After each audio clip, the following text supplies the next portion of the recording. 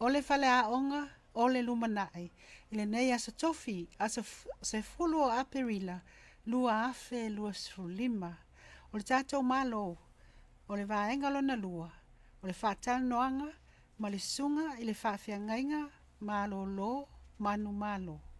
Le fionga le matua o whaiva, le sunga le taitai fono, o le komisi ngangana Samoa, a le malo Samoa. Ia Reverend, vai iao, ala i lima, e te wati. Sini au tu, whai loa lupe whalele Samoa au auna mtanga luenga ese tau iau aonga, to mai whapitoa atu nuu tapua inga ngangana soifua malolo ina.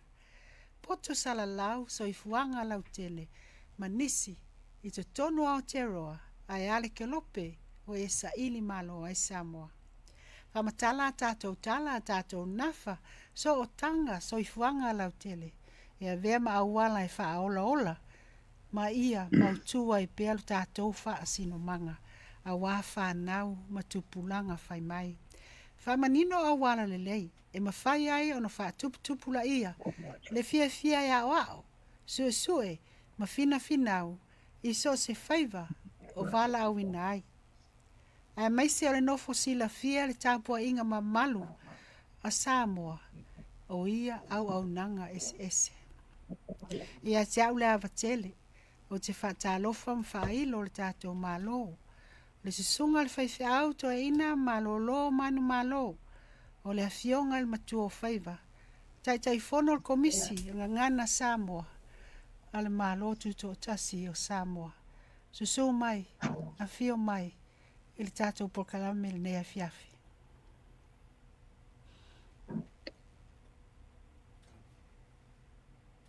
Fatalo fatu. Malo se fo. Sai. Malo se fo la le la fionga le totoli. Ia, ia fa. Ka pero ya tu le pa ia malo la pa fonga ma pa songa ile ni po. Le pa ia tingilangi Samoa ya te roa. Le ngate lea o le malo la silasi i tu e fia o le atu. Ai te nane, le mamala o le pa'i o Samoa. Yeah. Mai le matasaua. E ia o atu le ala tau i sifo le pāo sauri. Ma no se fua. Ka ptai pitatu to e whairoa i le lei i tu la piafi i le lofa ma langa le lei o le tua. Ma lo laba. Langi e mama. E mamoli atu le whaafitai. O lo malama por kalame e mai se whaafunga anga Samoa. Ia whaafita uli whaipeo na nafa ai ma tatou. Ma lo neva i tau le tatou pawa. Ia e mai se tūlanga ia. Ai whaafitai o lo whaapeo na e nau mai lava. Ia wale whaatala ula atu al por kalame. Whauina mai le universite, i ona whailonga, ma o le bachelor, ma le masters, o le awha maamlama staimi, i universite ina ua mae au Waitaki Boys. Whaife au whauina mai le kolisi whaife au a New Zealand, St. John's Theological College, au Kilani, New Zealand. Tō fia mwala awina, ngā lulue o se whaife au Auxiliary Minister, i le ekalesia metisi au te Roa New Zealand, ma le whaletua ia Erolini, vai iau e te wati. Muli ane wala awina e kalesia metisi Samoa, peon silafia, na o atu lava i tō finga tai o le kalesia, a vea sunga ta masea. Ai maise, o tō finga maolunga, o le whailau tusi au, a le kalesia metotisi Samoa. Au nopia i aima soifua i au kilani le vai tau le ono sfulu le fitu sfulu, sa ia au wai, ia mawhapea foi no tai matumatie, le poupou wina ma le tūwhatsia o whaala potpotonga ma le langolango ina o whaatula ina o nisi o vaenga o wale langolango ina le ngata ili mamalu o Samoa au le Pasifika o malanga mai manopia i New Zealand. Whapei o na iai vaenga nei a wai ili whaatuina o fono whautua Samoa au kilani fono whautua le Pasifika Auckland Pacific Islanders Council o se tino na wha maite ina i le malo New Zealand. A wai masaunoa i le whaatuina o le Educational Development Conference i lea konferenisi a wālava le poupou wina, o le atina e, wha ma fanfana, o le taunu mai o Pasifika. Ai meisi foi le awai fonotanga, ma le fina wina o ai ata tau. Na o ia le vai tau o le Dawn Raids, po oso fa inga le vaveao, a wale sa ili ina, o ila tōna over overstayers, ile vai tau o Muldoon, ai meisi o le fina wina o le partial amnesty, ia le sa wha maamlama le wha talanoanga taluai. O le whatuina o le Pacific Islands Resource Center, a wai le whatuina o le nei center taua, ai meisi nisi o tamali i sa ia tō laulau le wha talanoanga o tuanai. Le tala wha solopito o le mamalu Pasifika i New Zealand nei. O wha ingoa nei le nei center o le Center for Pacific Languages o lo iailo na ofisa tututonu i nei manukau. O le nei center sa wha peona amataina mainga luenga a mata foundational le una ina o le wha olola ina o le ngana Samoa. Fina wina le amana ia ina ma le wha o ngā ina o whai a onga ma tausi mai, tausi soifua, pasi, mai atu moto o Pasifika, ina ia upgrade ma mawhai o na ngā lulua i New Zealand, i ia matanga luenga. Ina ua malo lo manu malo mai tō whinga whale kalisia me ti Samoa, iena amata lavan whaawau pena ngalue, tō whia i board ma fono, fautua, laulau a fono, ale malo Samoa. Ai mese ngā luenga whaawau more kalisia, pio na ngā lulua ili teimi nei. O lo tō taitat, o lo whaapea o na ia tai ina, o ia o le tai fono, o lo komisi o le ngangana Samoa. Whaipoipo, ilana mana mea, le tina malo lo manu malo, o Erelini, vai iau, alai lima, e te wati. O le vaengalo na lua nei o tātou whatalanoanga ma le tātou malo, le sunga tamasea malo lo manu malo, peo na amataina atu, ile vai aso tuana ile aso lusu fito mati, peo na whaafonga mai ai nisi, tō tele ina tau sa whisota i mai, tō filau, ele o se whaifiau malo lo, o le toe ina malo lo manu malo, ia leo whaasau atu nea fia whatulo watu. Ia i whisili sa whisosoani mai, ia o le ao o ia i tātou whisili. O le vai whatala noanga taluai la solusu fito mati e mwhaina e maua ele YouTube a le PMN Samoa sa ili iai ia ina ia so le ima le tala o le tātou prokalame ma le tātou malo.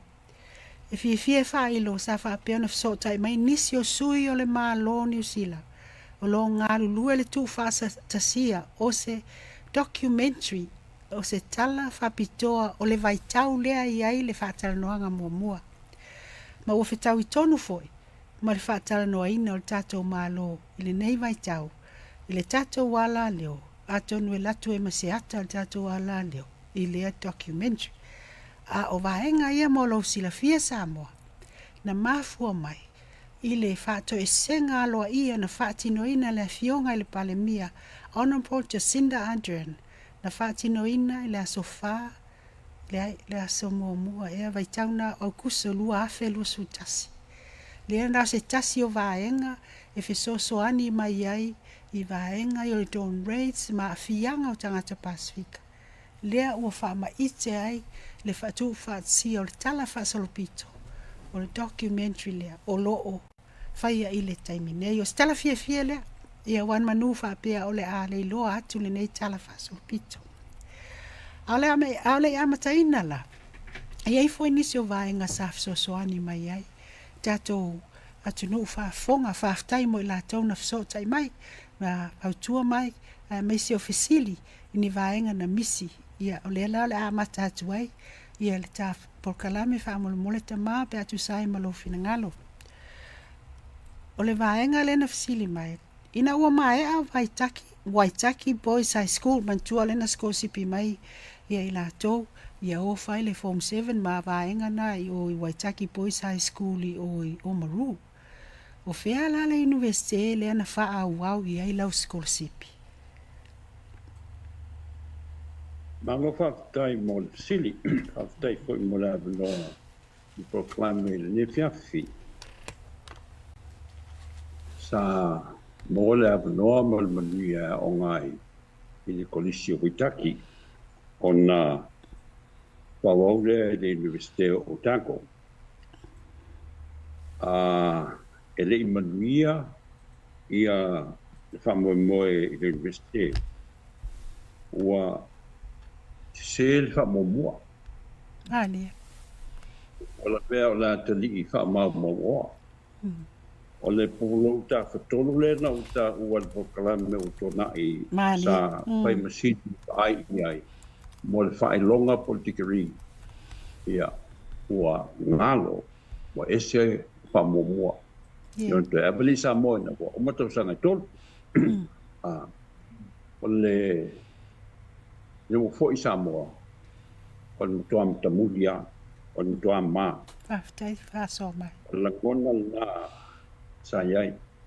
Ma fo i lea ua le tau le sini ma le whamoe moe ma le tapo i ngai mantua. Ma le mantua inga. Ia e papea, ia le malo. Ia.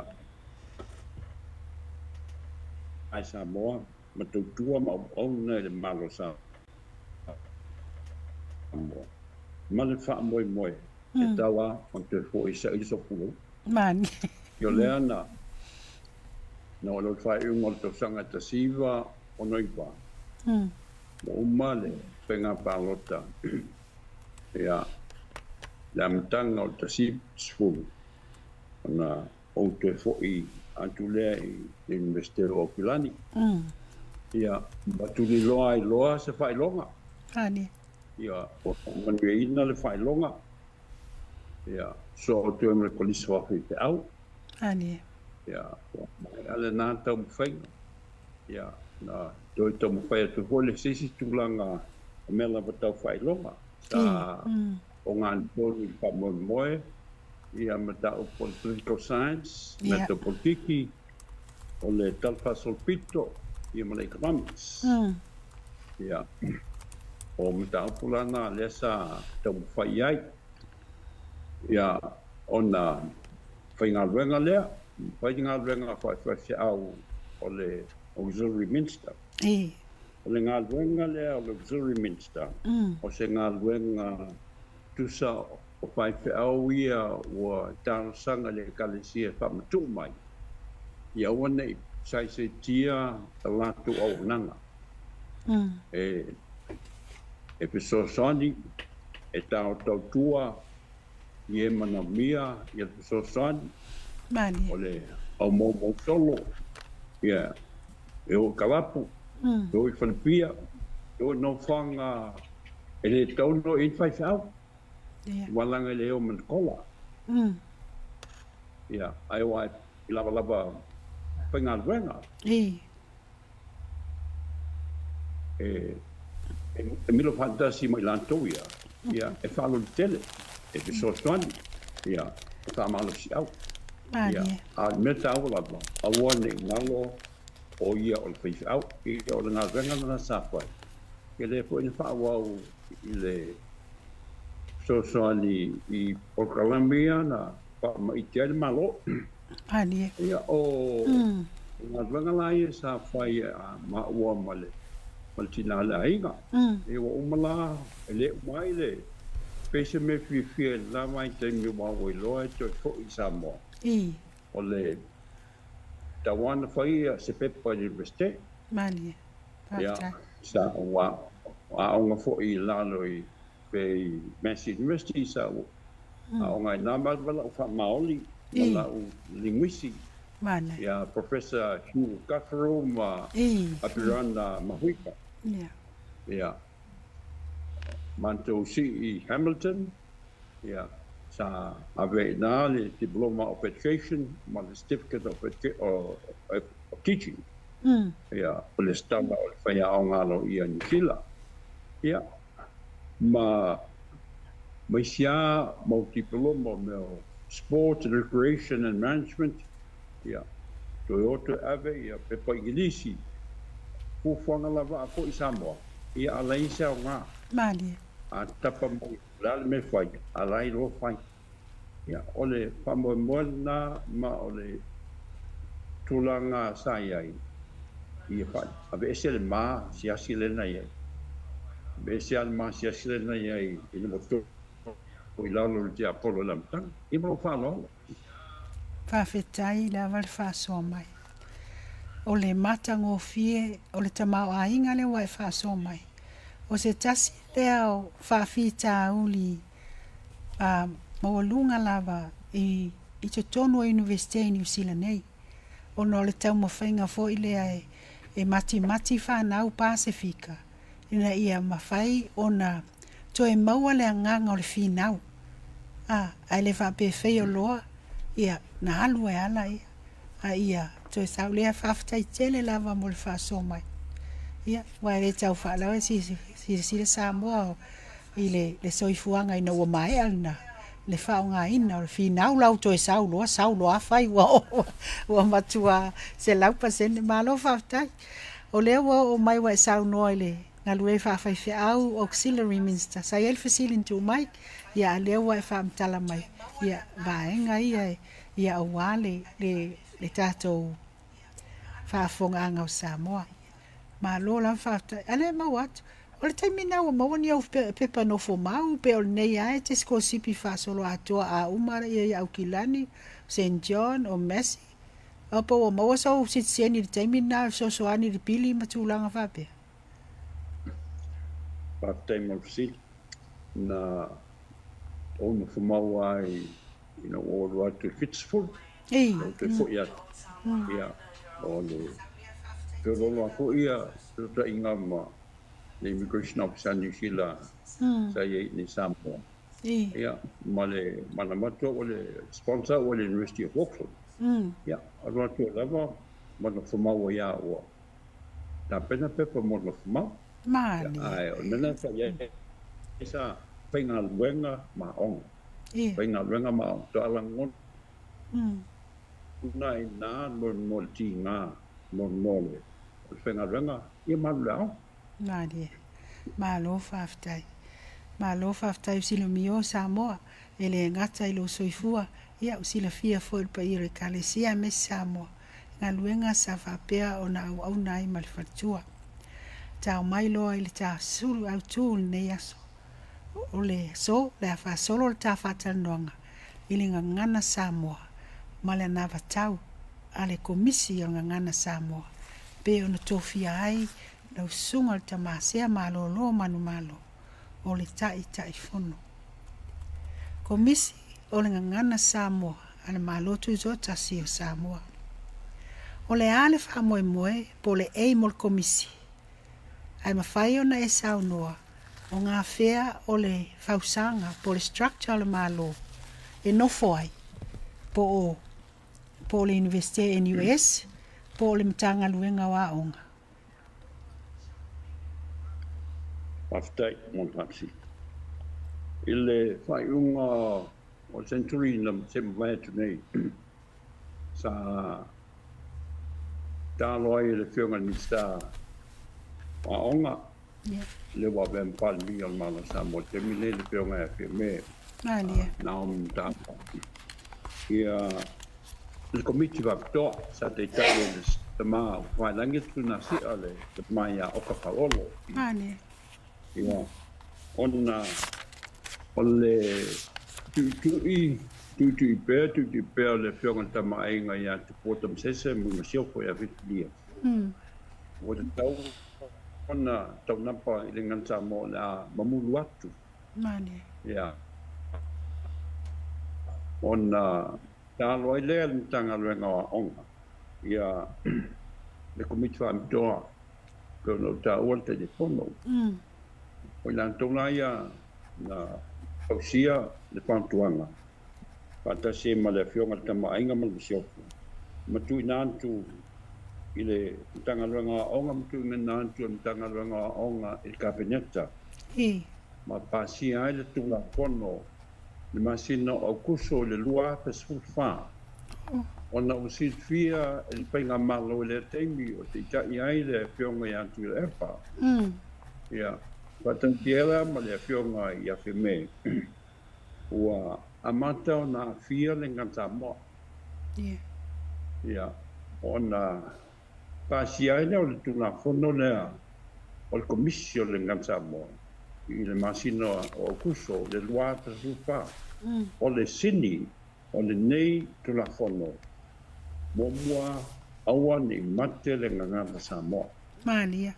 lua wa si tia le ngangata Samoa o tulanga tusa ma le ngana Peretania i Samoa i me fai al malo me umalama Official language. yeah the official language sa ta o le official language mo E. ali fa malusia la ai taluela no pasia le komisi wa le te na kabineta se pepa mato pasia kabineta pa le fa samoina Malia la. ia o le to ye fo ni tala fo nei fa msnonga e fa li ko Britania o tas challengana ia o fa malusia la i tusia inga i tanga renga i fa samo uma Yeah. ia o le tasi sini o le tulafono ia lawa tasia le ngana lawa tasia le tulanga nei mo fa longa ko malima fa mafa la tulanga tone yai ia foxia se standard o le li tau o fa samo le standard o fa samo o le li tau Leo tau. samo Ana ia faftai. li tau ia i foxia foi le quality o le ula le quality o le ula Ula. o le ula Olo. ula Quality, ya nice. o ula ya le quality ia foxia ia le quality o le ngam Samoa ia ma ia o le ngam Samoa o la ngalu ia le komisi ia le na o ilantou no malu no pia i Samoa ai pa sa poliela langi ato Yeah. o fea o iai le paia malu Samoa po Amerika po Alaska po fea ia e tasi le whamoe o le komisi o le a tāpenaina ia tusinga mangaruanga o malaba ia lenga tisia ai mga Samoa Malia. ia whaliunga ia fufua ia paitasi umanga i le komisi o le ngan Samoa pe whamansia po le komisi o le ngan Samoa sisi wala e whai e whaliunga ia ma o le tūlanga lale na o lea na leiona o na whawae le komisi o le ngan Samoa ina ia whamautuina le ngan Samoa o le tofi o Samoa Malia. tofi o Samoa mai e tua a upo ia matai le plafon. Yeah. Ngana Samoa o le tofi o Samoa mai le tua. Ia. Te nala o le o inga na le. O inga na le o le o plafon. Malia. Ma o inala le na matai lo ma e lalo o le matanga renga a onga. Tarvenga. I lalo matanga renga a onga.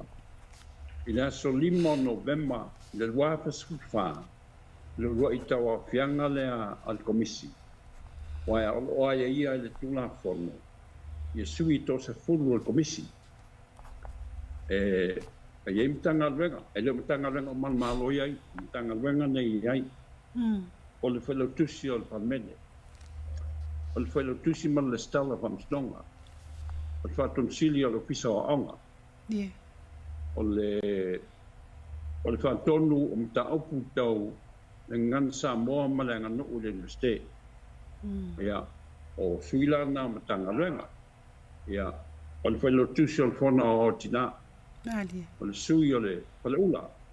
Le mafutanga po lea. Atutui. Ale malo le tono i naimta o Samoa. Oh. Ia, o le sui o le whailo tusi o kalisi so. So fatas. O le sui o kabineta, ia. O le sui o kabineta, ia. O le sui o tangata lautele. Ia, ma te te pono. Malia. Ia, o le to se fulana na matai. Ia to e avele o te utunga e tansanga ni malo. E leo antoa tino tama. O tansanga mai ale malo Amerika. Samoa. E tasil tato fala. Ale la pela va ese ia Amerika Samoa. Ana pela o te utunga.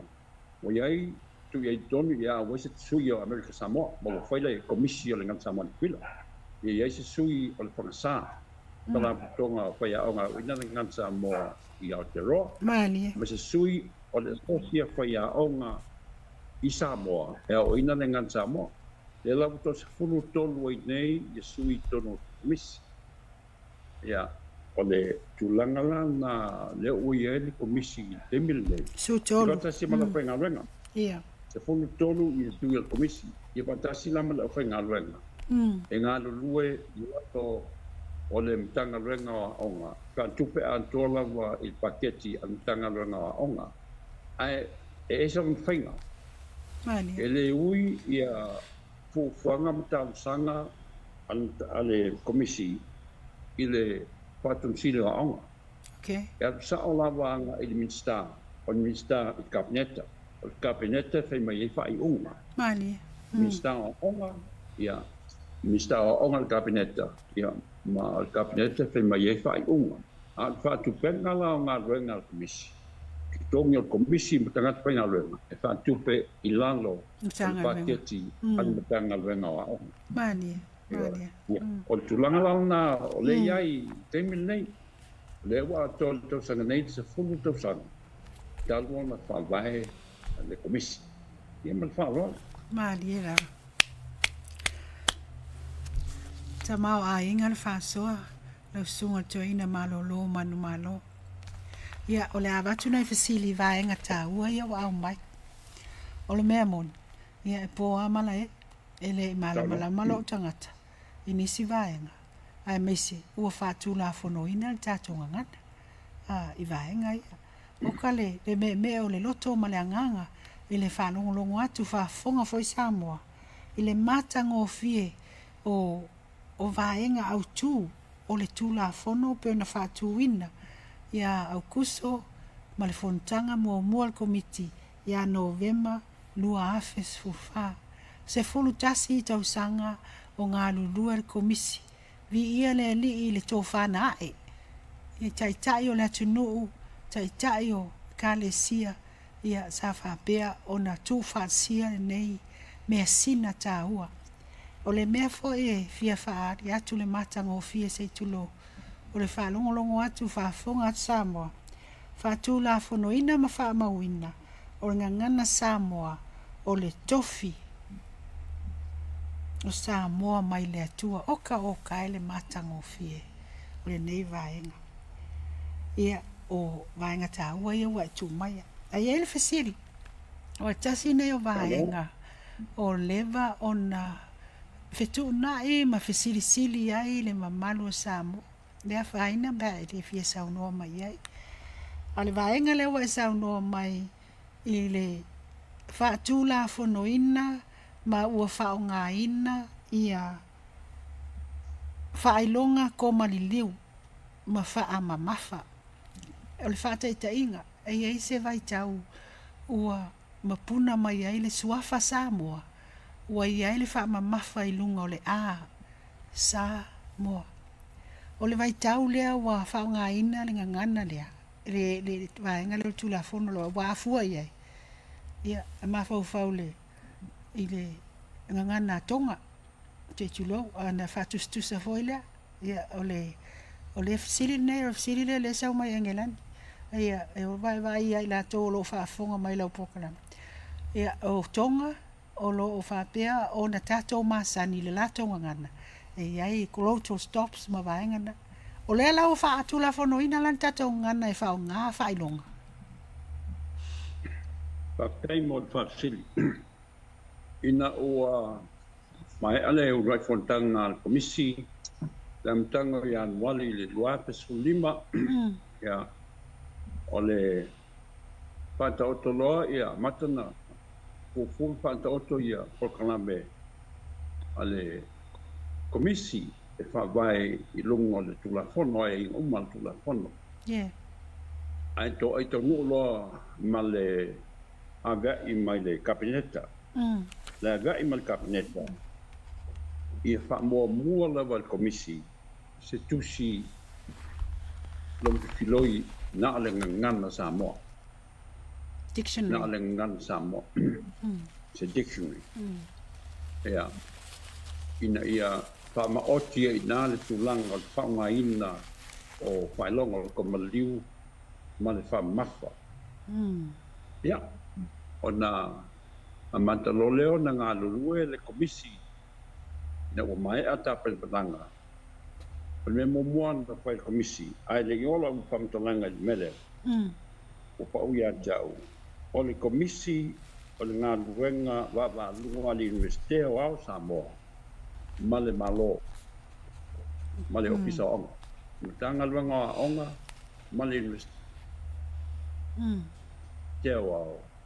Tau soto lua le komisi. Wa whaitola whanoina. Ia. Ona whailoleo le suenga i le tunu antobo ave pepe sili tua i nu malang whanga. Ia. E lua sili. Samtana e mele. Ko malima whamafua o leo toso ma leo maai. I waweli. O pēr o iet whingalo. E whaonga whaasolo atoa, pe whaonga pe atal whengai. O ale whila, e whaonga whaasolo atoa, whailonga, pe whaonga pe atatawai. Saul tali o pepani na ame tuole tunu atoa. Iwa 10% tani mai, i whaonga pe atal whengai. When needed, eh? Yeah. Ai mesa upu e tini atu le tasi le winga ma le whaleonga. Okay. Pa te inga o le pau. O le pau. P-A-U. Yeah. E te tauan whaonga. Yeah. O le pau. O le pau. O le pau. O le pau. Yeah. E te tau lana whaonga. O le tani lana lena mai le tunu. Ia, sa sinye fo i le au poto me tau linguisi. I le universite, a wao Samoa. Ia, ma i lanto e le i whaingaluenga le universite. Ia, mo le Silvia, e le i whatauno ina el komisi i a papalangi linguisi i a papalangi. Le linguists papalang na o Samoa lava o o whailonga i me tau langana me tau linguisi ia o ilanto lava ia sa patanoina ia e whelou toa i hoi le ia ilanto mo whailonga ta opo linguisi ia e to lua e mana o whaanga whasola atoa. To lua. Ia. Ai, to i te atoto se fulu o professors. Ia. And doctors. E whaia onga universite. E whaia onga kolisi malua. Whaia onga kolisi piula. I whakbea ia le kolisi vanila. Mo lea. Ia. Lantou te le langalongoina whasolo anto. Ia, whaonga pe atal whengai. Ia, ona tapena lo leo le, o tātoanga awe kabineta, awe ai manatu nei. O le langalango le tunua tu 6%, langalango le o linguisi, e tōlua langalango whasolo antoa, ia, maltotele o linguisi, e le langalongoina. Ia. Pa i elwha i unga le. Al kabineta. Ai o le mea sa whamawha i al kabineta. O le na te mauaina le tali, le aweai. Ai meisa aweai tu stusi. A pa i o. O tusi lau tusi i lau fionga toki lau. Longo te pole tele pa i mo whai longo. O wai lera pa Samoa. A whaila pala utu se ave i le tama politeina onga New Zealand. Na onga pa Samoa New Zealand. Ia, e te tauala o na whaini koma liuman whamafa. Whatau ina o tangata na te feita wina le ava I po sa aule la bat Mali. I po tusi fo la Yeah. feita o tusi Yeah. ia o fa o me malai sa fa malama kabineta I saulor fa o kabineta e ma yo I o fa o kabineta I fa o nga o como lium fa mafa o waenga ma otio le ngata mo o leo o le ngata mo ni paina besea ai fa o nga pa tau ai mesala ia upu si atu le tasi le winga o le fa leonga ina ia mal malama le feita wai ina ia mal malama le feita wai Mali.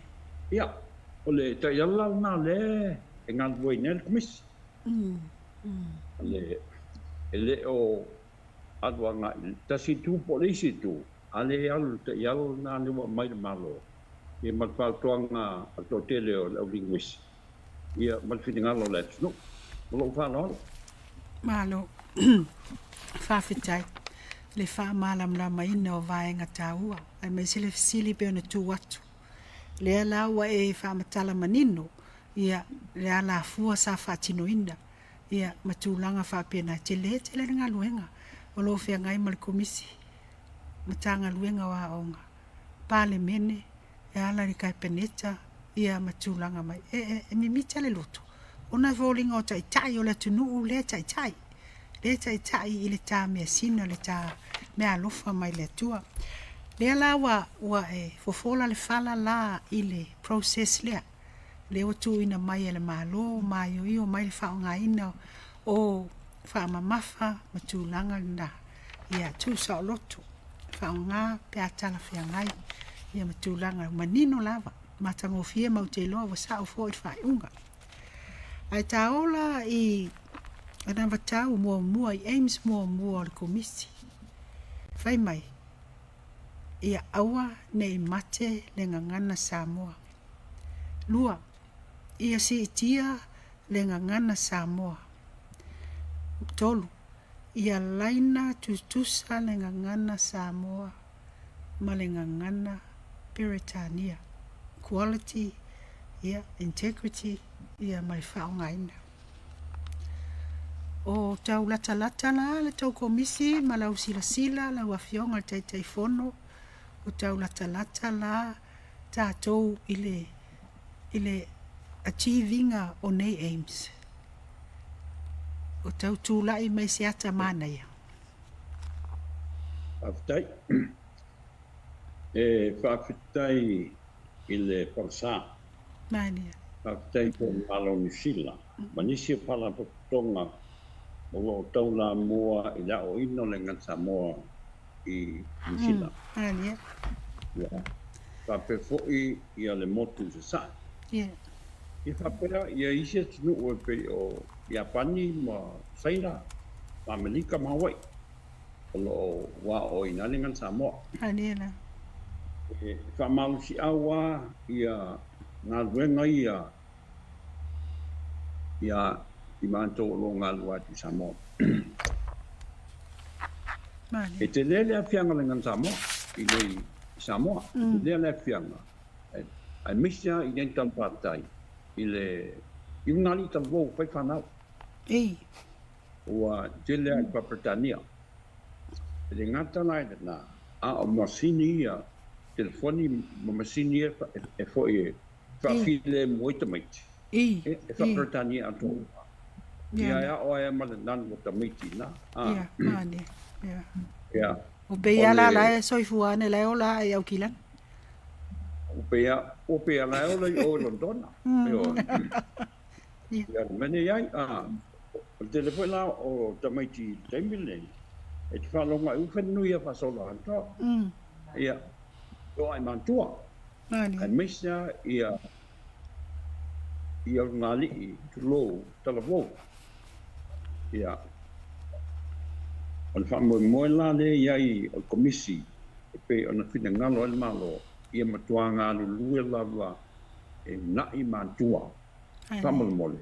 Whata ua e ngana Samoa. Pera nui au tō whanau le se mea whainai. Pera nui ai. Ia tau ta tala fo iai i ala mo whanau e le ngana Samoa. Ia, o lo tong pai ala I tono aonga wa, le whamantia ngan sa mo tono aonga. A mata toale, a onga manta I tau ailunga. Ia, lo whamantia ngan sa mo. Ia, lo alun miste. Mali. Ia, o lo tong pai fo la, ta sanga I Galicia. Kamu mole la whainga ranga. Pen pai unto e, tu anyon, patu to o e te whaia onga whaisau. Mali la. Wa, natsi, fia to fila Yeah. e matua tele ol matua tele sao wa onga fa fiao na fa awo mai ai le ngana sa mo to alu sa lo sang Amen. to alu sa lo o tau ave onga fa fiao le ngana sa mo mo temile Mali. ia o mela na lo foi nei o le unai o wa onga e malosia fa ia onga mantanga renga o wa onga e unai fa ia onga le ngana sa mo ia mela le ia fai ti no matua ina ia pa malusia wa o le mau le Silvia io la me mo le ngana sa mo ola e mo sa nga sta makit ia ai ole mele wo ai nei ole wa tong fai le malo o fa tonga la mi I fa nga le ngana sa mo English or Samoan English plus 3 other the best subjects. El fides cosipil malo. Ya, lewa talia capineta. Alala wa se pi wa leta dia New Zealand Australia. Ai tasila na melu pa Sofia I lava ia panawa onga Samoa. E ona ngan Samoa. Pe fai leu fai tawi tonu luang ngana. Maisi mta po tonu le lei tonu. Mali. E ko I mo what's concept. Mali. Ia o me to o wanga ia le fai ia na ia ona e tau tele le Perfect. le mau le fionga ia ono na fi le tangalo Mali. a le sengana o polmu mon yana ma Mali. Mali. a le sengana o polmu a le ko sengana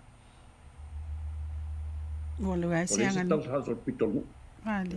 ia o lo fa Ia whaara longo lawa mai toto I vahenga tāua whaaftai o a mātou moli mawina fōre ngā luenga whi tā le whangasā. Wa tolu sfutasi tau sanga le whangasā. Wa lena whaatuina le tasiva I wa wha. Pio na sauno.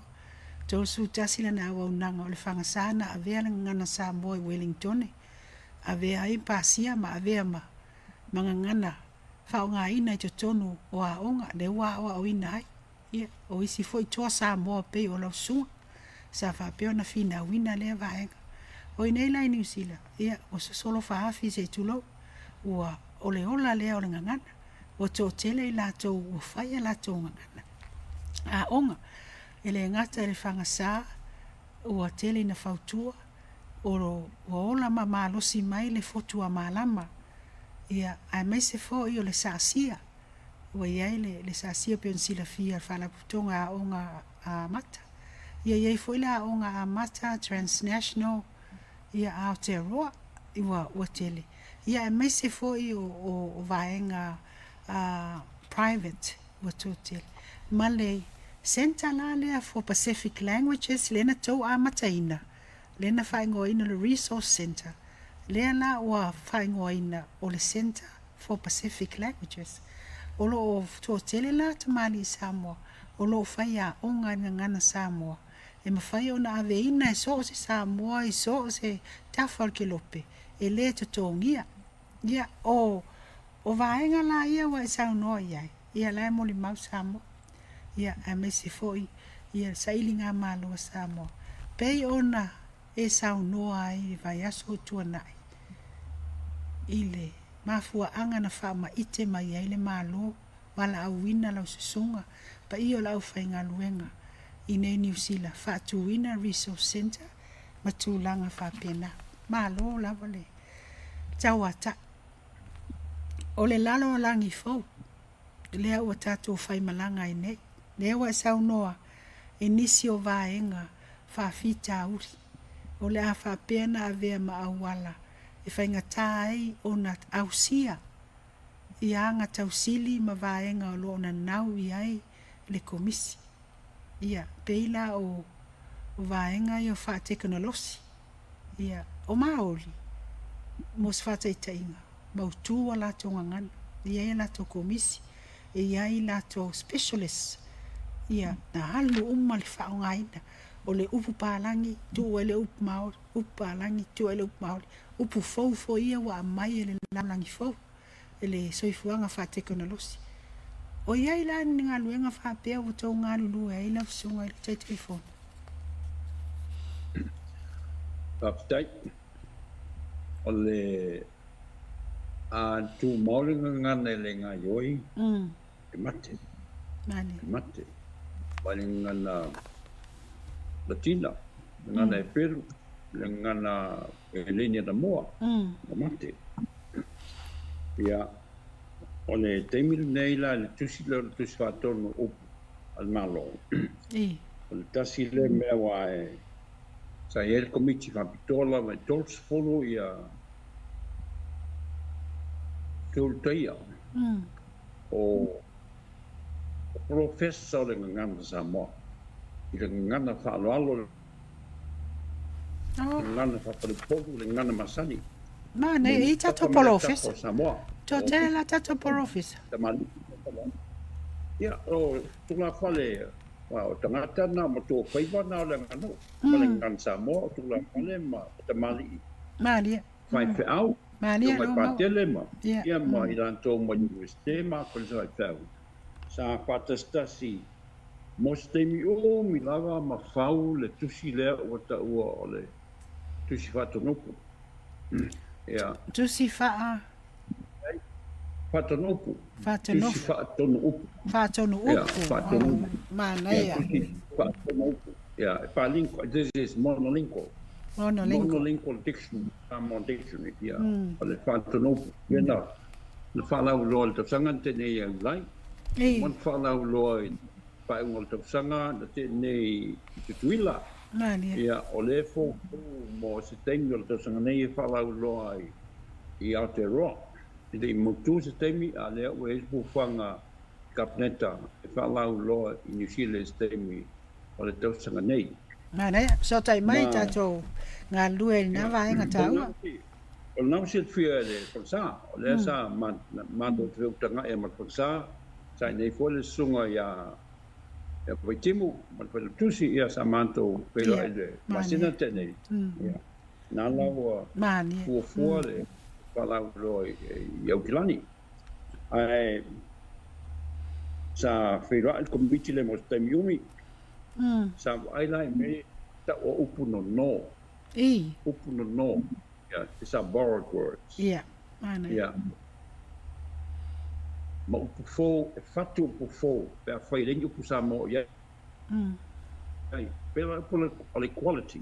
Quality, lese upu sa mo le quality. Mana. O te whau le to ina, ma le upu foto, le upu olo ula. Olo ula. O le olo le lupe.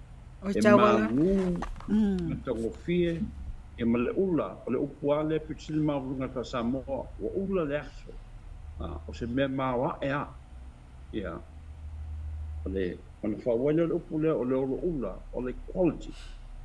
E le fa se upa Samoa standard, o tata upu le ave o le tūlanga. Ia, e tele me ta o tūlanga. Ia ona whawele upu e. E le komiti alea. O le li o tau. O le li o masina. A toa li o masina. O tau. Ia li. O tau ia li o. Toa ku pulan masina. Li o tau. Standard. I maintain non-standard na. O le si stoi ngā li o na masina e antona li. Ia. Mali e. O upulana le iai le o umana whai. O upu e. E whaapo e fō e pēo consultant. Consale. Consale. Mana ia. Ia. O pulu nola upu nā. E te langa penale o i tonu o le tusi whātonu upu. O pulu no. Ia. Mai a whai tātou te le whaangaina. Ia. E mativa e tātou wai. Te le a meisa mo meo ngana wha teknolosi. ia fo mai ma matanga ma mata fayo isese fa sai nisi ia lo panga na mai uma o po se mai tanga renga lo tono tusi o panga to fa mai na o sa toanga ia fainga faiva ia o turinga man o filmai ia o stras lainga le feisu fa sai nisi de Samoa mai uma ia o polanto fa ina ia le tono le o lo amana ia la e le komisi ia le oloa le tunga o lo ia I upu no e o mai tono fa ngale ngata mo o le tusi ala e tauna tofu ale a inga ma le tusi wa le ua o tawa o lo ua fa mawina upu fo o le laro langi fo le uta to ia nei fa te pena sa no fa te kana losi o le melena va to se manatu o no te mala malama ya maori matua alu wa tu pe a New Zealand e fa tino la sau ngana fo le o ia ia le lo wa a te va ai atu te lo isi upu pe na no mai tato ngana e tato ngana upu maori o le te mea sei fua ia api mahuika ma tukafru sa manto a ola nganta maori sa manto wa ia ni upu molingan maori e upu maori ka toro ia le lopo la wing ia o le upu nau toro fa sa mo ia la to fa mai na ia la to le mano la to mo lu po hinengalo finangalo ia finangalo le sa la to fa tai le la to fa mai na fa te ka tonga pa tai ale se la to te le upu polencia o la to motu na la to fa mai ia walanga e po i ngao ala to ngana na to isi upu na ia le la to to toma mai ma matu le ngana atu motu ia va pena po tato ta te toma atu i mai upu le upu tonga ia ta fa mai na o peiti ia mo pu pala le ta te fa mai o le afaina o ngangana ile nei vai tau le la langi fawa le tau tala no ai le sunga le to ina malo no manu ia ua sala le ngangana I lunga o penga ta failangi ma Facebook ma tulanga fa pena wale o stulanga wala matia la tanga ngana ma le ta saunga le mu pa fai wa ta le tau napa ile ta me sina o le mea alofa mai le atua o le tulanga le ai o soltonga o tangata whaalilon manatu ia o le tulanga le na whaaltulafon a wa vel soltonga na me o son fai so tulafon no ia ilon tapula mania Anto le tunu le Samoa wa si feel to toli ole la onga pasamona to fangata ma manu fungala a tamal tangata panga yupu e lo tu e lo samali e lo nofo e lo tala ia al do tele le fa lo finalo voling mai la e mitole lo ala tu fasima ia wanga ia sit o le anterior o le tama ia ai fa aliala le ngana le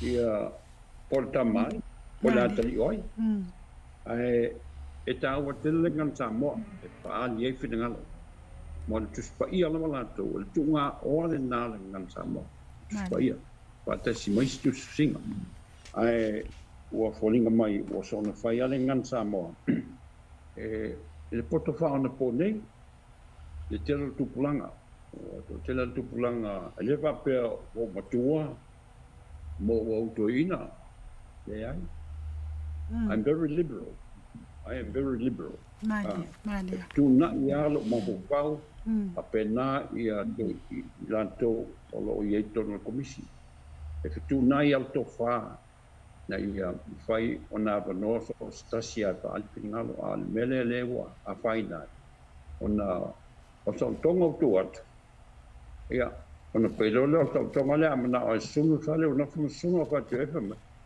o so tongo sunu fa o le se va fer lo o le se va tapui o le se va per lo o le se va tapui o le se fa lo tasi lisi o fa ane foto la do ia ai o le ngana mo le ngana mata ko fi o le ngana mo modi tuai pinangalo manatu mo modi mo yai manatu pinangalo ia ai o le se vanta puia o ia ia langa o le stulanga lu paita pe wa amata mea mai lunga o se mai lunga ia le sapa nga le minsta onga il temi o le vai aso le ngana Samoa. Oi, nena ia. Au ni o tau whaangaina ngana mata tupa le whaanga al palmen. Ngana mata tupa. Ia. Pila o inalea whaingata o na alofia i al namea pia whai i se maruma. Ia lea whaina e sawale aso mole me tau te whaanei ai. Na sa no o le teimi o tau fo na tu fo mo fai fo ai tu mau le ngana o le ngana sa ma lo sa no alo fai me o vai aso le o le ngana ni sa mo ata si malanga no ya o vai se fo nei o vai aso me o le ngana malanga no i tele o nga mali ya me se o vai aso nei e me lo fa lo o le tusi lea ma vaenga ia wa sauno iai e elo manatu por kalame e tauna so tai foi i le Center for Pacific Languages ona o le komisi ala tunu e ana le ngana ya afua iai o stasio ngana wa mana ia New Zealand lua o le ngana e lona tolu le to tele o lato e sauno ina pe tara tautalai i New Zealand ai lona lua i le whaongaina i Aukilani. Ole ai pitoi to te leo Aotearoa ona e silafia. Ole vai aso leo tuana. Sa whaatino ai foi whailonga ina ile 5 sultausanga. Ole e ele Polyfest. E tau ole ASB Polyfest. Ona ole e sponsor ile bank le ole ASB. Auckland Savings Bank Polyfest. E whaatino ina i Aukilani tausanga uma. Ole tasi o vaenga ta ole o lea fatasinga se uma mai se ufasa mole festival vale ale mo ya uia ale ole si vaenga ta o la walunga I lea tu fasinga ole fa ola ina o ngana manga nu a tunu o Pacific ia o to e mai sia tunu Asia le wo e Filipino mai si fa nga ina le template lea e mai se o le forum lea le ufa o ngaina e vaenga le o le winga lao le wha patartala atu ua tā ua foi I Aotearoa e mawhai a whai o whaatu la whono ina le tangangana e mawhai ona iai ni komisi ma se awala ina iai ia le li o tau le standard mana o mia e whaonga ina e le tātonga ngana. Update tēnā marapsil. O le whamoemoelna o le ai I le komisi le tūlanga alonu mao. Ma le wā o le ngana Samoa New Zealand, Australia, Misia tunu. Ina ia tūwhātasi, ia le tō whāma le whautanga lau poto o loa, wina le ngana Samoa. Ma fausia ai whaamapopo, le fausia ale whaamapopo. Ia ulanga lawa tasia, o le ngana Samoa, awa o le temil nei. Tanu mai tau sanga te nei, o le akol tau sanga.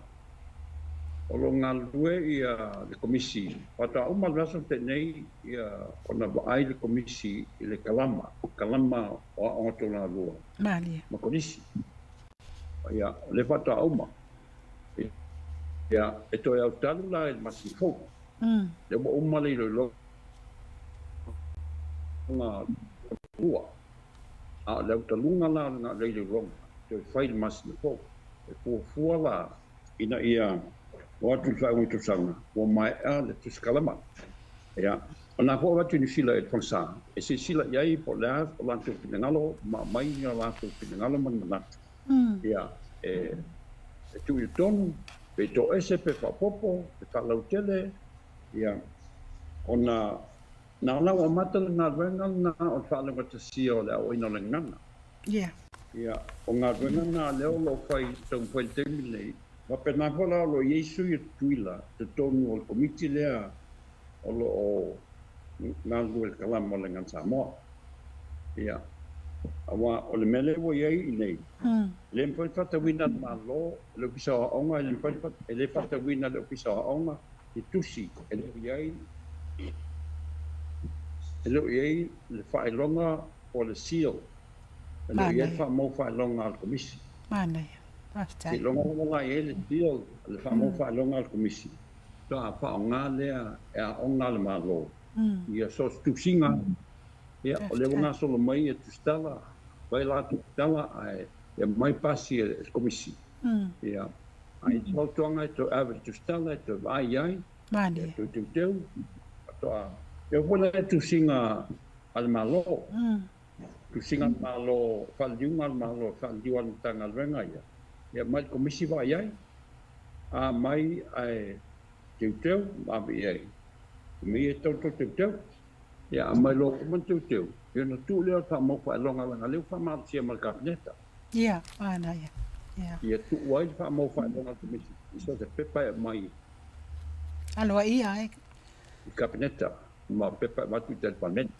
ya elo ai i mai lo mata sia ma to mo mata sia ya le ngana e fa na ina ya ole tu langa lana fa mo mola ya le mata sia ole wo ye tuila wo fa sa ya longa te sia ia pa ngaina lengana o me fengtale ia ona pese se ingale ia finau linguisi palan o como limpa mafa ia ale pula to le sala tungana o le mo pasial tu la fono sambo ile tu langale ia o le winga ia la ia elanga lo ngoina le pasial le malo samo o la forma el malo samo malo ngana atenga samo aftai o le taua i o le vaenga le wa sang noi le wa sila fia le AI artificial intelligence le wa to tele ia i la to wa o awina tanga ngana na tu lo le lunga vaenga ia fa teknolosi ia wa tele i papa langi upopoto e tusi na ni lima se kone tu atu ai la ulaunga fali liu mai tono le AI ai se winga se ile me ia vai io o fama mafama ko maliliu matulanga le fi ai le loto malanga fa longo atu fa fonga atu samwa ua wa levana ngalulu le atunu ai mai se to fionga o lo fa pe no pia ilunga mangalu lue mpuna no tu tonu o tato komisi o se furuta usanga talon fatuina sutas ia awale le au mai o le tato le sina lea o vainga tele le na tu le lalo langi fole ia awala fai o ngana o le mea sina o le mea lofa mai le atua mo Samoa o ani mataua e fautuaina mo le apoina o la tā mea sina po le tofi le ua sao noa i le sao te le o a onga faife au so se awala te moli mau atu e te moli mau atu fo i le ngaluenga tele na e kalesia i New Zealand nei o lo yenga ngana le ngata le fatino ino pe o sao ninga ngana Samoa ma vaenga la ia a pe yo ina o lo o nofo mawai le ola o le tā mea sina wa nisi vaenga o mo o ye committee a commission of the Samoan language ina ia fa pea ona malu pui le tofi o Samoa le te lava la sin on fa mo mo le ia de komis ia tu mata ia ingo le tu la fon ia family ia ingo la fon pe na mo mial tu la fon ia la mo manta na ngalu ai le lo la vam tanga ia le institusi ta o lava le dictionary le ngata mo e ta o le utu ngana Utu ngana.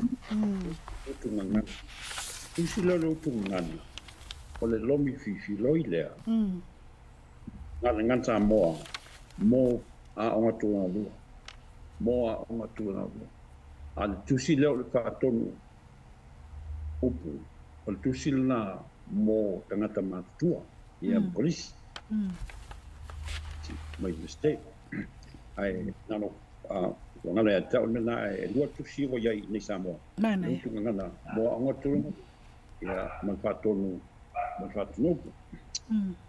o le whamu moea ia na ia ni ngata mo o le ala wala me whai o na whamanti ai ia na mai o le si mele o tupu lau tupu mai tu nu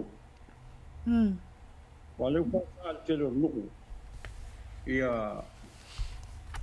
o le wa wha singa ama tu tele upu ma fu mai le singa whataitainga ia mo fia fo ia fai me va pena o tasia na mai i me le pasa wala pasa no ala al tele yo ngana mo wala wala i maliu ia ala fala ne tu pulanga ia fai ai ona i loa le ngana na talai to mele talai mani malupe ai ne si anu false malupe nan tala mo sisinga ai lo false singa mala ko le to ai o le fenga tal na lo ia pe la le o le ai sei no la vai e foi a unha de le tu poi ai sa le ai lo foi a unha ia i tu le le vai sa tu lo ia o mea lava pena e te tau na toe ai te le iai ia le komisi ma le tunu umalutanga luanga au le ia whamalosia ia mea na ai misi anu malalafanga walanga lewa tau fi nu malalafanga nisi tuma o le mafuma iai ia alanga upu le tunu a lewa le toe whaia ia o le ase fautuanga al komisi o le ase fautuanga al komisi o le fautuanga le wape iai wau ai teu mana wa ele winga le tau e ala tau fi mata mo meu whamama venga io le fala le watu mo para vele foi resino ia a sa mama pena o la ni fa pe a mesiai il tu malanga langa la tau da le loi tu langa faia mali ia le mafuanga al fa ngai no upu le na al fa ngau ona fa nga se wa mele o tupu i tupu langa i voi nei a mesia foi la unga tala vou a foi la unga ia tunu mau ele i tautua nei amoa ma fai sana montanga fa tarlea ma longo i la unga i fono a fa fonga la unga i wasau ia ol matua se fa ave nga la unga fiume amo le la unga le wasau al matua se o le fa unga ino o se fa ngai no tasia na me le o vai nga el komisi fa tuanga ave i tupuanga maneia pela una maneia ai se toa le winga o ma fa ngai no o ma fa nga i dei fa ngan tau au na ke te se na le wa le wa o manto fa ngolo mai di pine wa mai komisi o wa ngai fai lungo Facebook na pena o tua mai na winga upu ia ai se betuale tampa ngai ai fai tu planga na o tu ni sila peto as hulu tu to sa eli mam lama ma fuanga ma le winga tonu au ta venal na mante ele o ila poatam faina ai po ia fo i manto pa ia tu langa malu le tu ma mala le ai ta wan fa tete ia ele leila o la ngan sa mo pa ma sila ngan sa mo ai fa tete fo te sele o ino la ngan sa mo faftai vai te nga se te ngata ila o ino la ngan sa ya misa me launga ma pa launga ia pela melen tupi ni sila wa fio tu pan mia ai tu ai tu ia lunga le matai mai sala fai alanga ia tu malanga fasad les ia tua ele tala fe kai na be asin sila ia tu pulanga o ni sila va pele mele tor fai so ele sia fai sia tu lowa so fa sia ele fai sia tala na la siata tu la fale fai te wino le tu le po le tu mani ale fai sia na nga sa le si langa matanga te fa tonu e fia me ia nu fai na nga na mela na le tu le tu ngalu ia ile komisi ia malo ona wa o palu faz pesuisia ta tu mea ona leva tem faftai mo vaenga ta ua ia wa ya saina mai le vaenga o tata no o le nganga fia o lo o fapea ona awai so mato leo se vai atu a fionga tamani o lo ngā lulu le fangasa ma le fotu a malama ma ia o le ngā luenga foi la nei ia o tau na whatau mai ntusi ma au mai na ia tato whai tau mai le lau pepa whatasi ina ia wa leo mai tau atu te lera ngā luenga o tatia ua mai on whai sau tau mantua foi whangasa da nira na sa whapea sa tufa upu foi e sosoani atu le whatino ino le e lea la ma lea la ia awale fatuina o nei mea sina ua sau noa ia o tusi dictionary ma vaenga lo ia ua tau la ua o tulanga ua tau na vave au mai ia tusi nei ia ina ia whapea o le whaalongolongo atu i le taimi e tau nuu mai e tusi nei ia la so tai foi le talainga vaitimu ia fiu mai la tau ngā lulu e whakasa ina ia whaatino mai ia le vaenga tau le esel mana ia whawhetai lo whasoa mai ne afi o manino ai o lo tā pena le tunu o lo tā pena le tau komisi i le whaiva tele na tofi ai o ana whia lana e tai fono ai ina wana amata le sunga le to ina ya oka whagolo ia o le sunga i to ina ya oka ante te fono le komiti pamitoa lea ai le i pasia le platono le komisi ia ai o le aso lima November luapa rupa la sona na ia lo tofina oka ia la so lima November luapa rupa na lo ia lo tofina la mato tenisila ia luato tofina de Samoa ia ole manatu ai ni tangata fata wa mana ia ele fionga ele palmia ma tama mango malo ya mesa tanga lo ma ya la ma to te na ruai la wa tau fe mali ai tu langa le dictionary sia Samoa e tau mo fia tu penisila na le lua se laudi ma skuta la Samoa oi pa wana mana e tau na mai ia pa tau tu nei pa tau tu nei o se lauta la Samoa pa tau New Zealand pa mato atu e lua se lauta la e lua se laudi ma skuta la New Zealand e fa tau tu pale tu a fa le fa tau te Samoa e lua se lauta la ni ma skuta Samoa langa o Samoa le fa tau tu ia a mo tele atu si o fata watu o tele atu si o ina New Zealand a lo e tu si ne amanto o e fata umanto i lo fisa o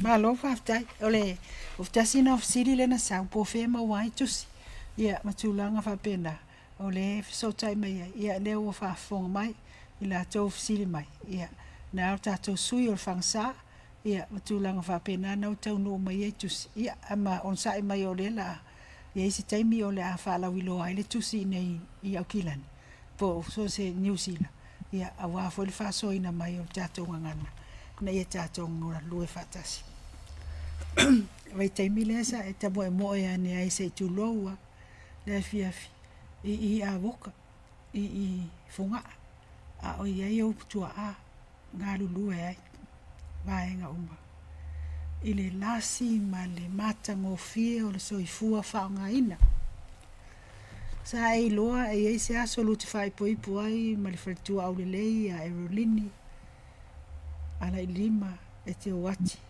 sa e iloa e ai le aso e tapa atu ai le palemia o niusila i sou finagalo auā le tapenaina o le resource center auā le tau tuu faatasia o se fealo faniga ina ua tupu le don rates sa e silafia e iai se aso e te tulaʻi mai ai e avea oe ma se tasi o taʻitaʻi o le failautusi aoao o le kalesia me o tisi Samoa sa e silafia e aapa atu o lou mālō ina ia faaogāina oe ma le faletua a o galulue i niusila auā le matimatiina ma le teu maluina o lana mea sina tāua o lona tofi mai le atua o lana gagana e hana vaega o lou soifuaga ia sei faamatalatala mai ua lea la ua toe foʻi ua atoalio lea la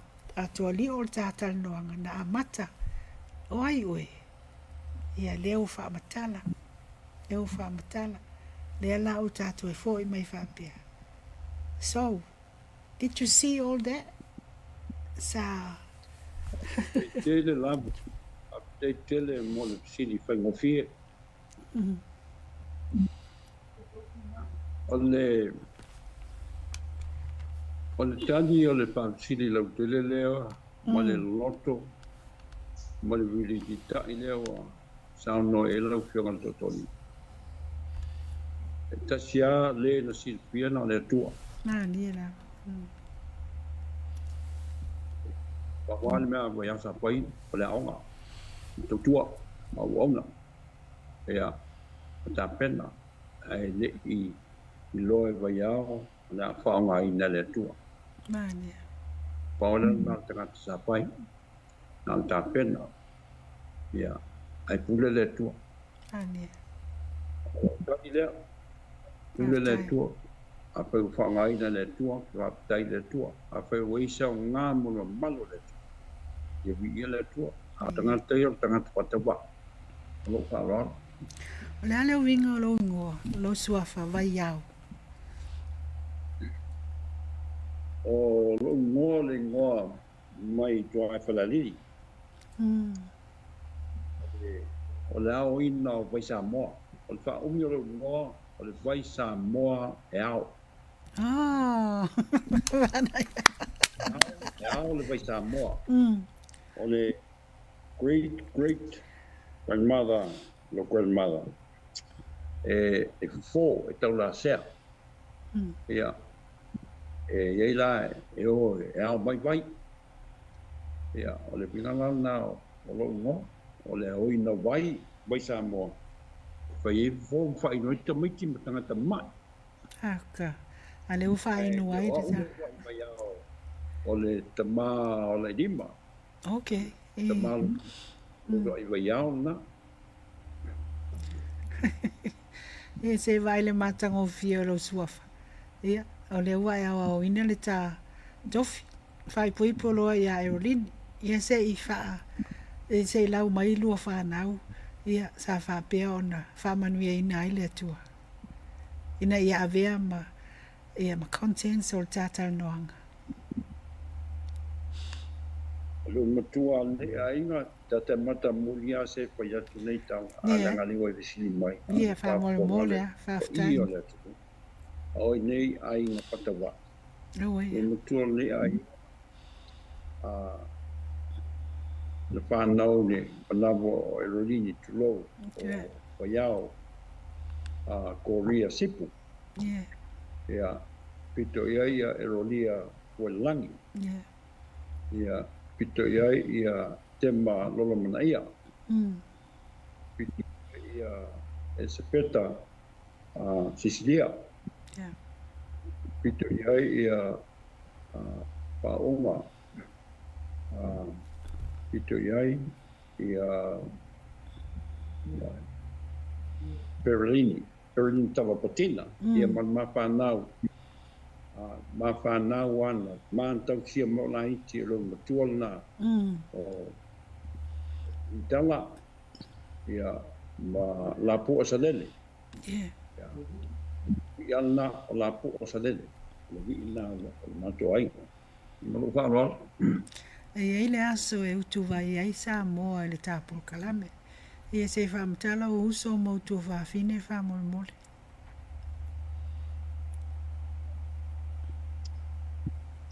ia o to fine pito mai a tau o speta o speta o lo o Hawaii sa onga ia i system Amerika wila alo Amerika lo lalo nei i Hawaii ia pito ia Kifoti le whakua le antau al sa lea pito wa o Kifoti la lena whaial tati ali au sia sisi ala whionga totoli iwa pitolu a sisila ia i ka momonga ni Spectral Herald ma le Auckland Star lo wha mauai tangata momole o 12 degrees e whaau o to sangatasi MA Honours LLB Honours ma le whaalonga wha engineer structure engineer wow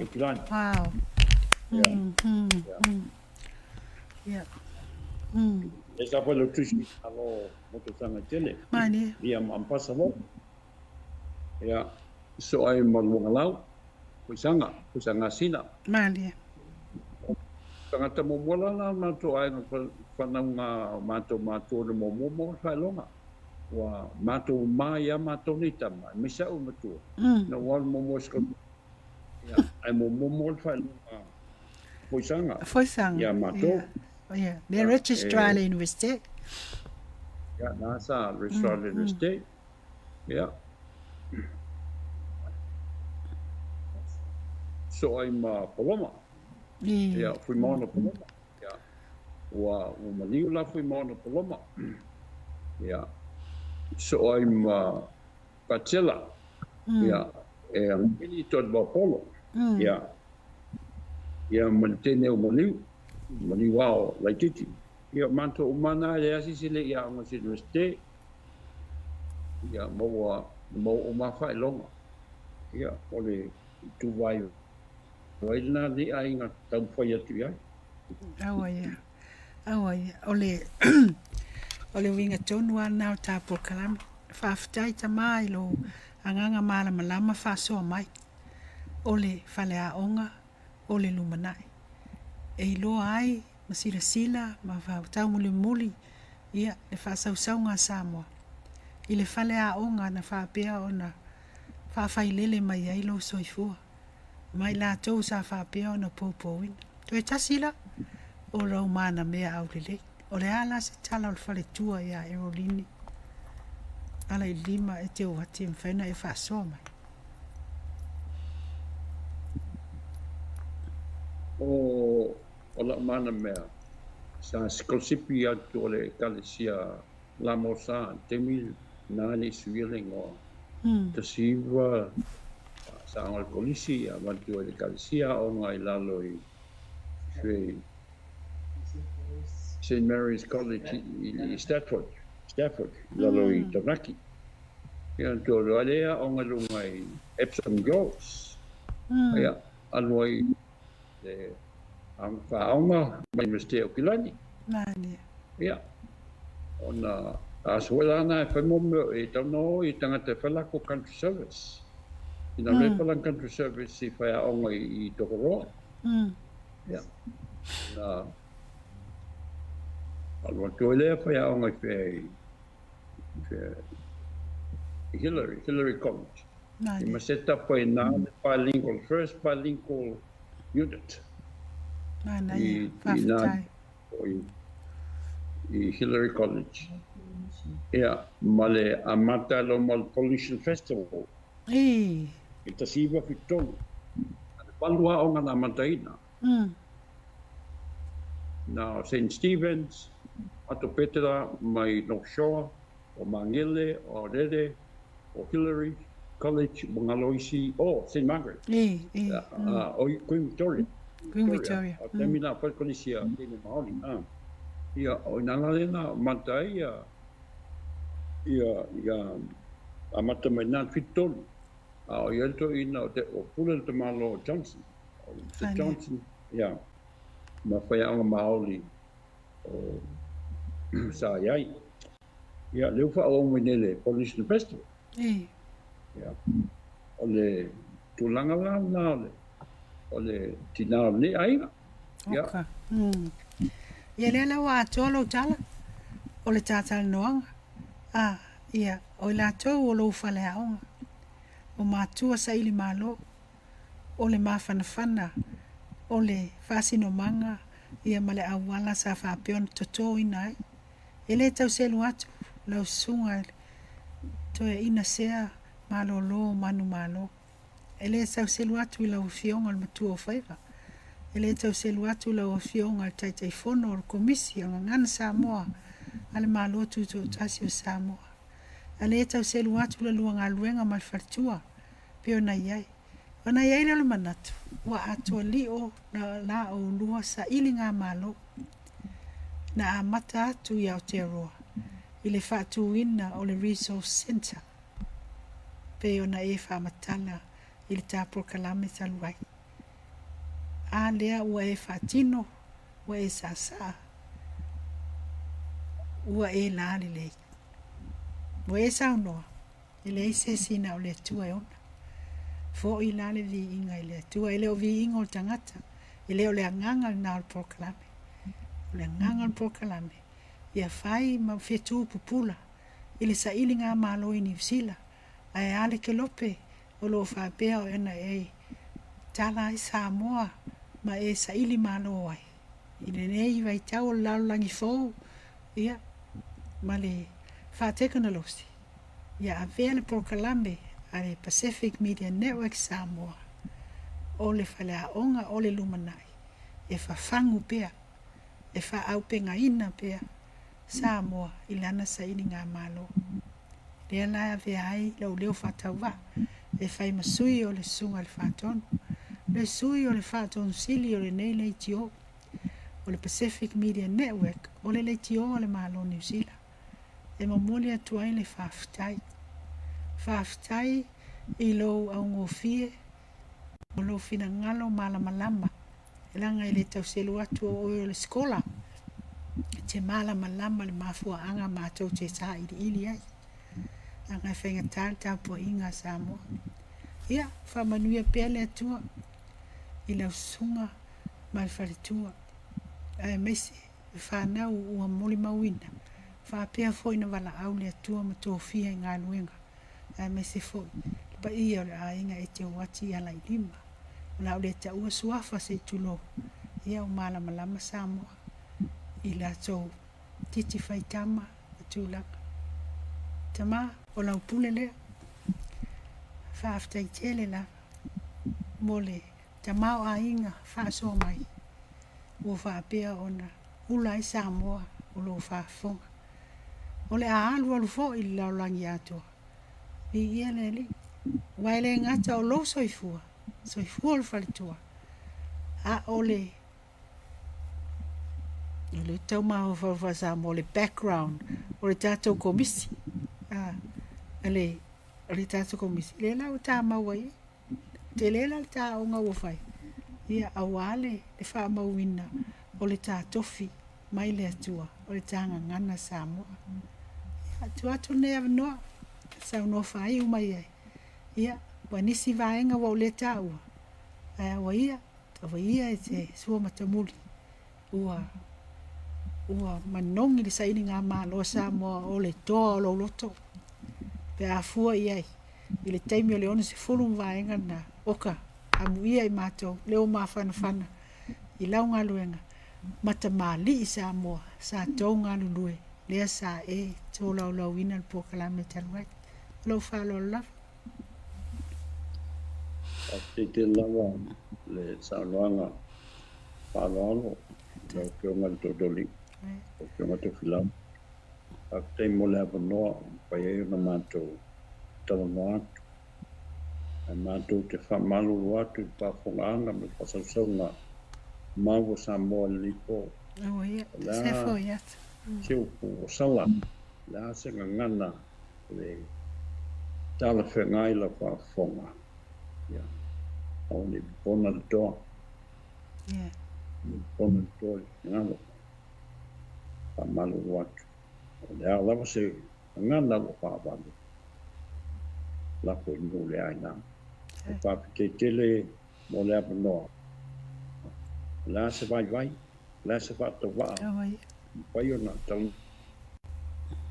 no toi mo fai sao mo mio le tu mo mio sa mo le mana I mata ia vi le tua ia vi le tua e fapike tele mo po kalame lo fa wa le vai asa mo le vai asa e fata ma ai ngai nai lo tanto te no manu tau nai lo tanto te no ko fe lava le vai per no lo lang o lala manopia ia i manu te leila lau fionga lau whapolo se fua i morto whama tanga ia ka pe poe la koe ngā renga i manuia tele o malawa ia meisel pasal sauna se I foia mai manuia wa whaafetai ua mali e mata e waa I chu watasi lava oi ilo unei fa moe ia ale vatu le fa manuia o lo fa feloa ia tu la fionga le fonga le po alo fa moli atu te mama lo manu malo so I fu manuia te mam tina o fiesili le au pepe o ben and joyful hi dad malo leveling alue when you're supposed to rest and here you are still working for our community malo ngalue ia fai u manuia ele tapo klame faftai tele lava faftai tele fatua malo man malo Evelini faftai fautuanga ia God bless ia maua pea I inga mai le tua so I fua Maria Manuia